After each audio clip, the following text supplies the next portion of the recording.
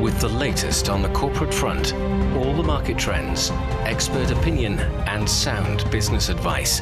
It is your unique window into the business world, direct from the heart of China.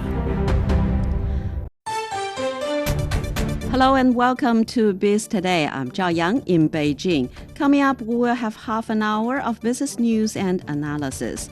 On today's show, the IMF upgrades its global growth forecast for this year to 3.1%. What's the current situation of the global economy? And China urges breakthroughs in GPUs, robotics, and quantum computing to drive the future industries. And now let's begin with our top story. The International Monetary Fund has revised its outlook for the global economy this year. It now predicts global growth will hit 3.1% in the year 2024. That's up slightly from its October forecast. This revision reflects greater confidence in China's fiscal measures and resilience in the United States and several large emerging economies. The fund lifted China's 2024 economic growth outlook to 4.6%, up from its previous estimate of 4.2%. It also forecasts growth for the U.S. this year at 2.1% and 0.9% in both the Eurozone and Japan.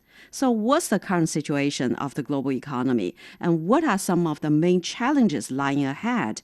For more on this, join us on the line now are Dr. Zhou Mi, Senior Research Fellow with the Chinese Academy of International Trade and Economic Cooperation, and Yan Liang, Professor of Economics, Willamette University, and also Ina Tangen, Senior Fellow with the Taihe Institute. So I will start with you. The IMF actually upgrades its global growth forecast for this year to 3.1%. So how do you see this economic outlook, and how does it compare to the previous forecasts? Good to talk to you, Zhao Yang. So I think the reason that they upgraded the forecast was due to the better than expected resilience in some of the bigger markets, like you said, United States and some of the emerging markets, especially China, India, and Russia. So these countries are doing quite well, and so they elevated the growth forecast. But I think let's not forget, this is still below the historical average before the pandemic, which is about 3.8% per year. So this is still, better improvements, but it's still not yet recover, to the pre-pandemic level. So there are some upsides, I think, factors because of the faster disinflation. So it's possible that we're going to start to see easing of monetary stance of major economies. We have also had a really loose sort of fiscal policies, especially in the United States, running 7% to deficit to GDP ratio. So that is a great boost to the economy. And that's why the U.S. economy, grew at 2.5% last year. And so it's forecasted to continue to grow at 2.1% this year. That said, I think, there's definitely other downside factors, for example, the volatile commodity prices due to geopolitical shocks.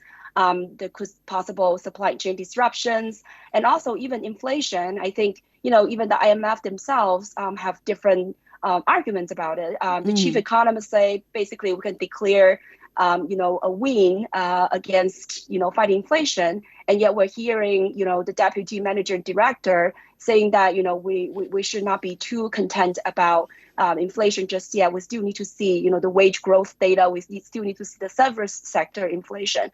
So I think the picture is still pretty mixed. We're not really out of the woods yet, especially we're seeing a lot of divergencies as well among, some of the economies. So Ina, what's your observation? Could you elaborate more on the factors influencing the global economy this year? Well, I mean, there's a number of things. I agree completely. Yan gave a very good synopsis. I would also look at, they said global headline inflation is expected to fall to 5.8%. Well, falling to 5.8% when you have growth of 3.1% globally, not good. When you start talking about the United States at 2.1, Europe at 0.9, you're starting to see a pattern here where inflation continues to be fairly high in excess of growth, and the developed economies are the ones who are lagging the world. And remember, 20 years ago, it was always the developed countries who were leading the world and lecturing everybody else about how they should be growing faster. And today, you see a continued pattern where they're lagging global averages and things like that. I do really think that there's a lot of inequality that was not addressed in the IMF report.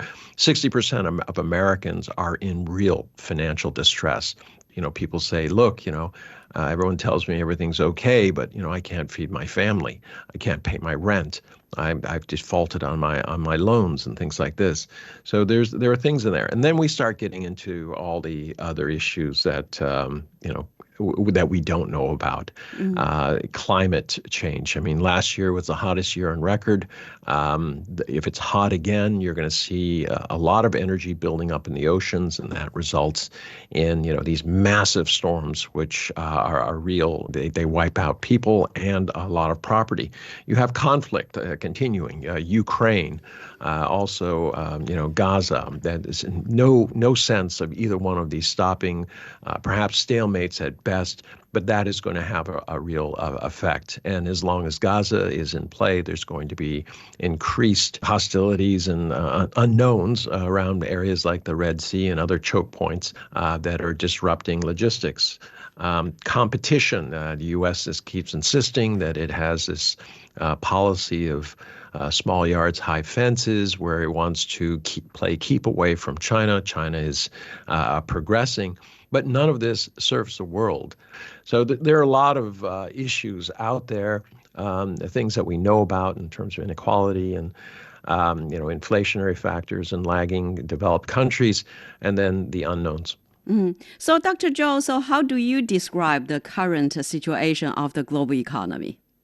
Yes, we know that maybe at the beginning of this year, people are a little bit more optimistic about the future, about what is going on in the coming year. But I would like to see that maybe IMF is just trying to give us more confidence, because the confidence is very important for people to have a better understanding about the future and trying to working hard. So actually, as we have discussed, there's so many factors that are making the situation a little bit more different compared with last year. And what's more, I would like to end some of the elements, like for the technology development. We are seeing that technology is shaping the world, which is not only benefits the science, but also benefits the businesses. So when the international trade and investment are changing its pattern with the global supply chains changed, I would like to see that there are more possibilities. Maybe cooperation between the developing countries will be improved and strengthened, and that will provide a little bit different scenarios compared with the past years. Because in the past, maybe a lot of trends are led by the developed countries. They said what is going on, and the developing country will follow them. But now we are doing something different. We are trying to make decisions based on our own consideration and cooperation. That would be another point that we have to meet this year.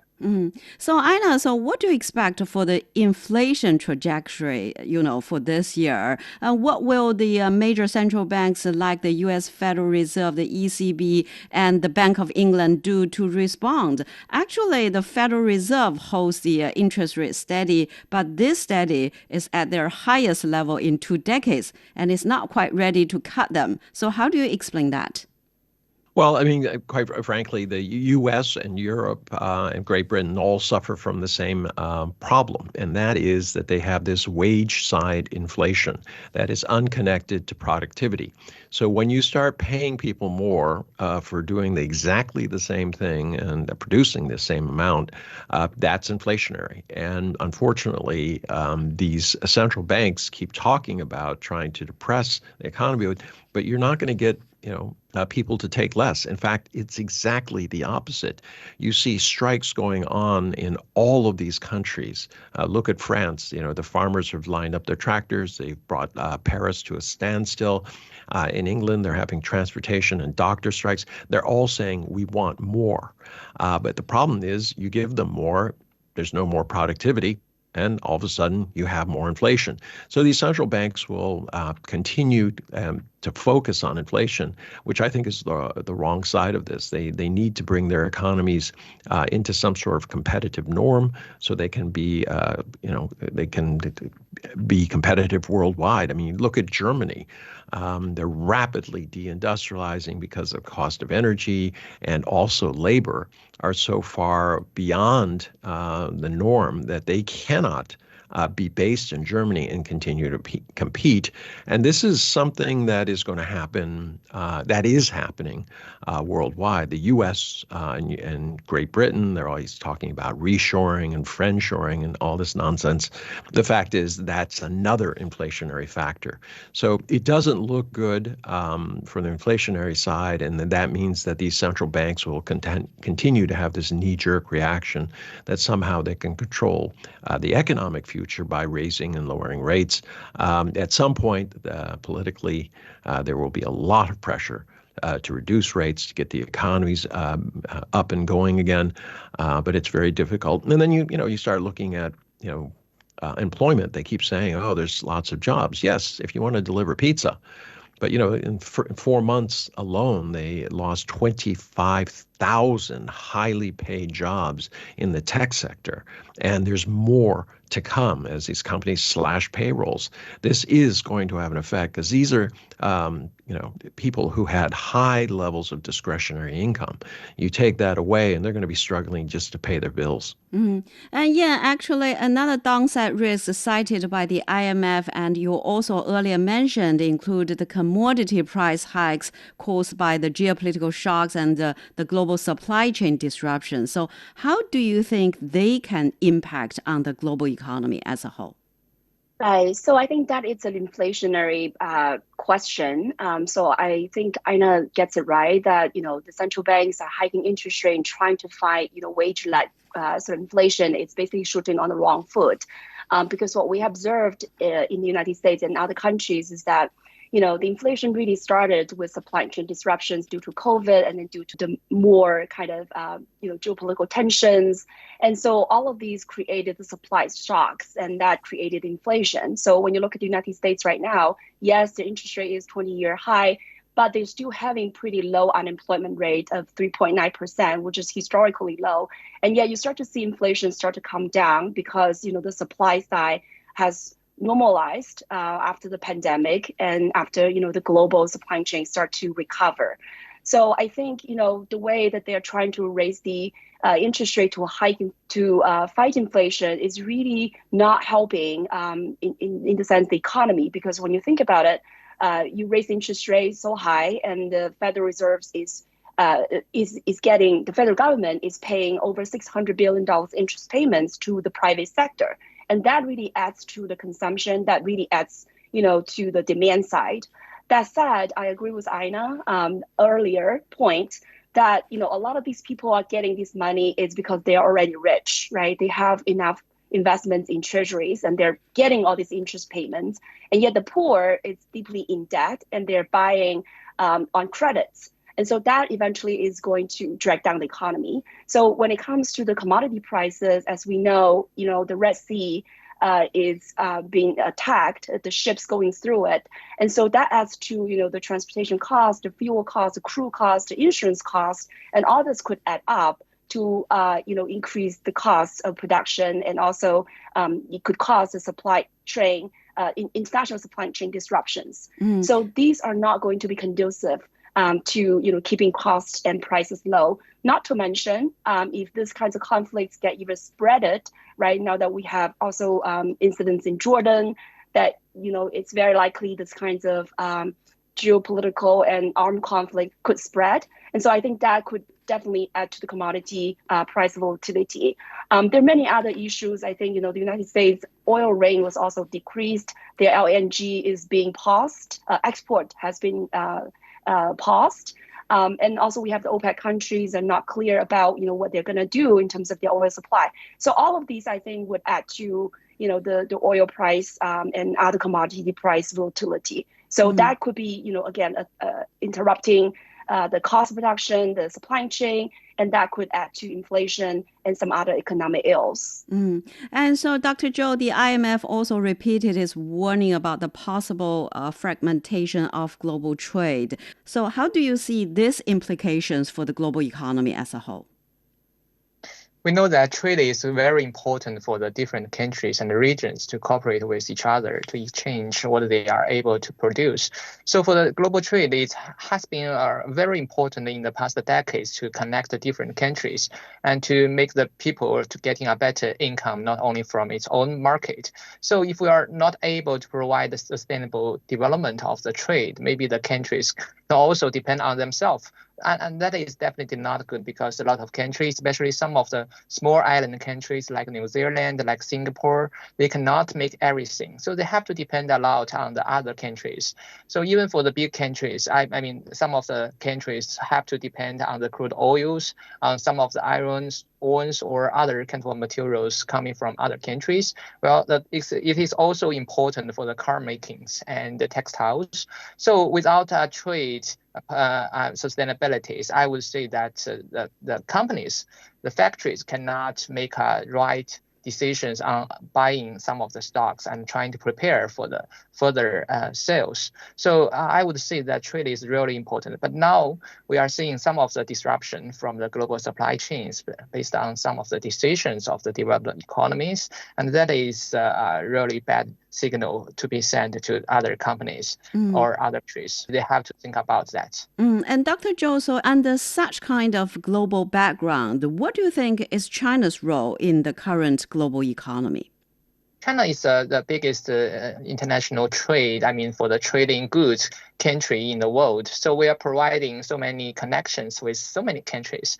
So we are providing what they need for the materials, for the semi-products, and even for the final consumption products.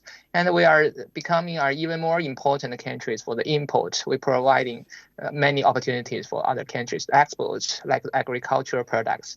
So if we can do better to have a better attractions by connecting with these countries, I think it's really an important way for us to deal with global supply chain issues. And it is also to do something about the update of the global industrial chains. And that is also many countries who want to update their position in the global value chains. So for these three chains, China are playing, all of them are important roles in the better understanding and trying to improve the usage of the resources of all the countries. And yeah, so the IMF expects the Asian economies to grow by 5.2% this year, and Asia will continue to account for the bulk of the global growth. So how do you view the situation in this region?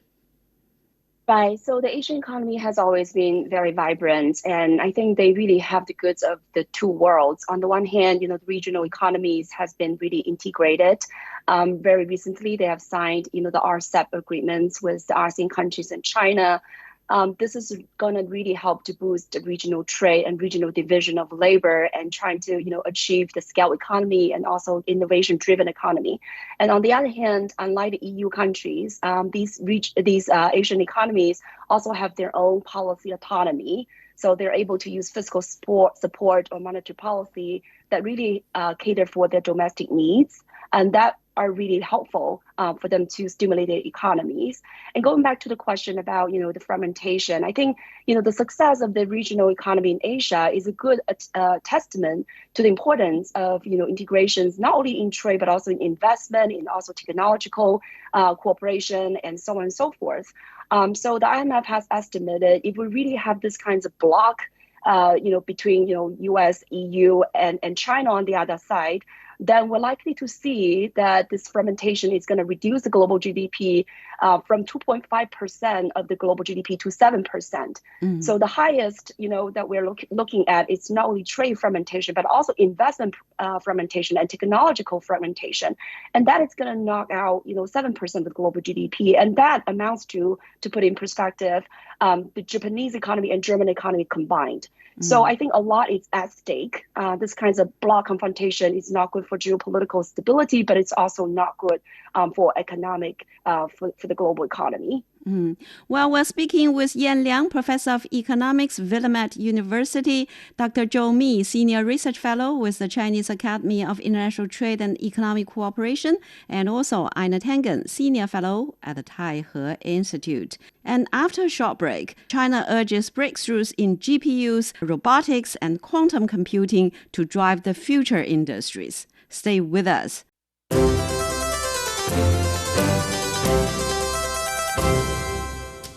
I am Dan Wang, Chief Economist of Hang Seng Bank, China. The World Today is a real fun program. You will hear interesting people discussing global trend, economic event, what's happening in and outside of China. So, friends around the world, hope you can join us. You're listening to Biz Today. I'm Zhao Yang in Beijing. China says it will support technological innovation, industrial cultivation, and the safety governance of the future industries. The country is building incubators and pilot zones for future industries, opening by the year 2025, and expects breakthroughs in about 100 cutting-edge technologies. So first, Aina, tell us more about these industries in future. They actually include, the metaverse, the robotics, and the quantum computing. Why are they important, and what can they do to improve the efficiency and productivity?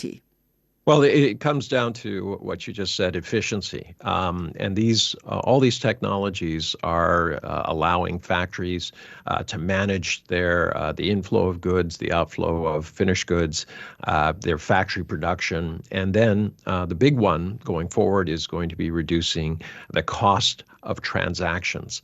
If you start thinking about how much time is wasted between, people trying to find each other, and then lawyers and banks, transaction of funds, etc.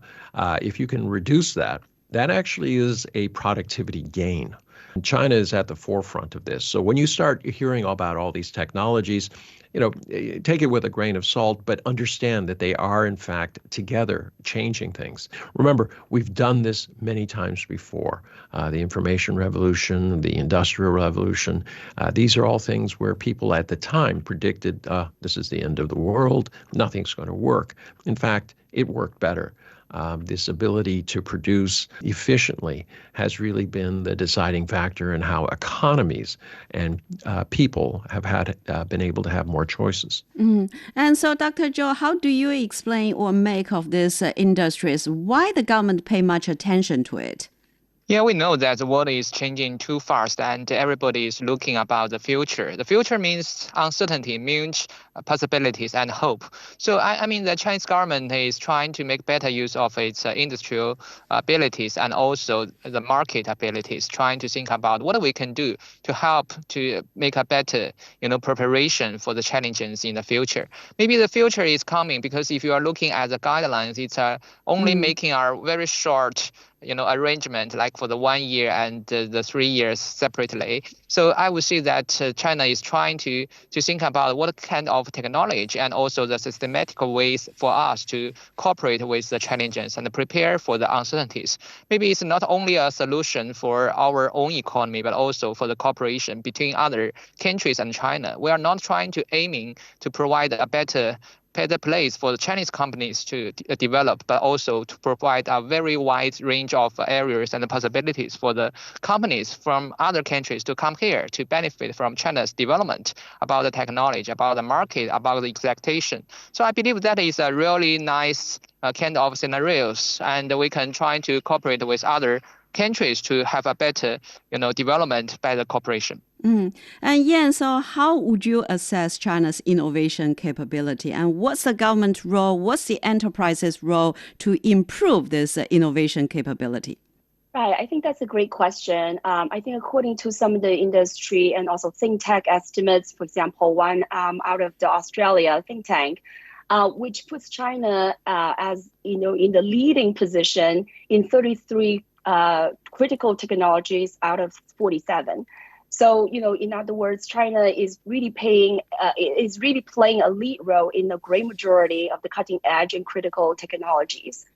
So earlier you asked about, why are these industries? I think what really rules the future, one is energy, and second is computing powers.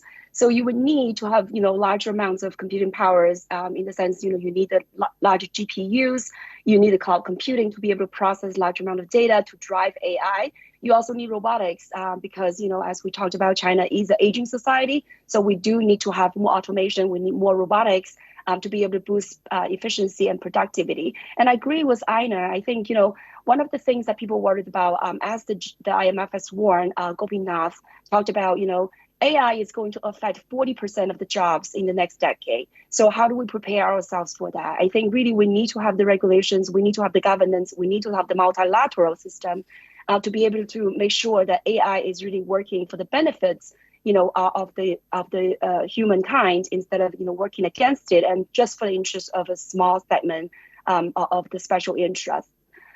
Now, in terms of the role of the government, I think it's super important. I think the Chinese government has this really strategic vision that China is going to continue to increase R&D spending. Right now, China spends about 2.55% of GDP on R&D. A lot of basic research and development is done with the public support, with the government direct, I think, investments.